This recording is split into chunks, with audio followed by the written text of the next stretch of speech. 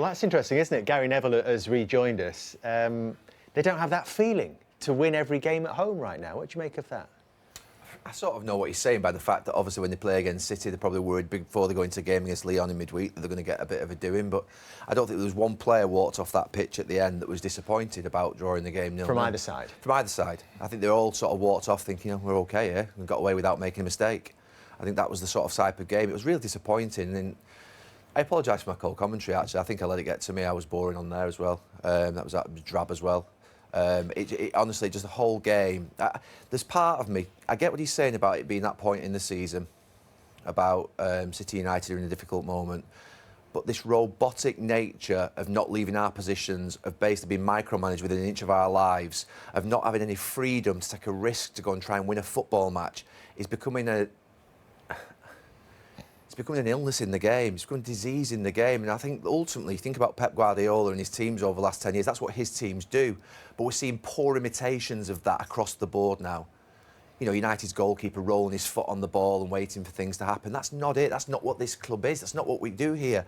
You know, Liverpool don't do that. You've got to be a top team with tempo in your play, rhythm in your play, get the ball moving, shift it quickly. And also, I think from a United perspective, I get why he's gone deep. I get why he's gone back into a sort of, like he called it, a low block. But that's what we've seen from Jose Mourinho. It's what we've seen from Ole Gunnar Solskjaer. It's what we've seen from Erik ten Hag. They've all come in with the intention of playing high press, high energy football, but all end up going back to a low block in big games. And I do understand why Ruben Amorim's done that today with the players he's got, because he hasn't got the players to adapt. They need 5 new players, Manchester United, straight away before you even think about the rest of it.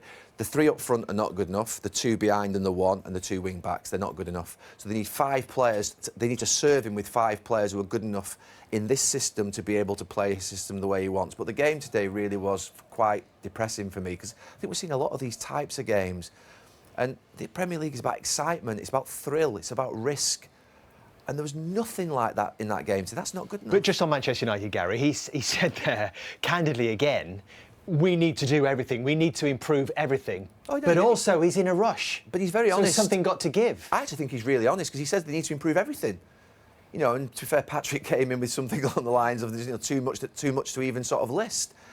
But he is in a rush. He's realistic. I actually think his interviews are really honest. I think they're really open. He hasn't got time. But has he got to shift the balance a little bit in terms of results then? But what he's saying is at this moment in time is what we're seeing. He's not lying to us. He's not bullying us like some managers do, to be fair to him. He's saying it's not very good. We've got so much to improve. And by the way, I haven't got a lot of time to improve it, or else you'll sack me.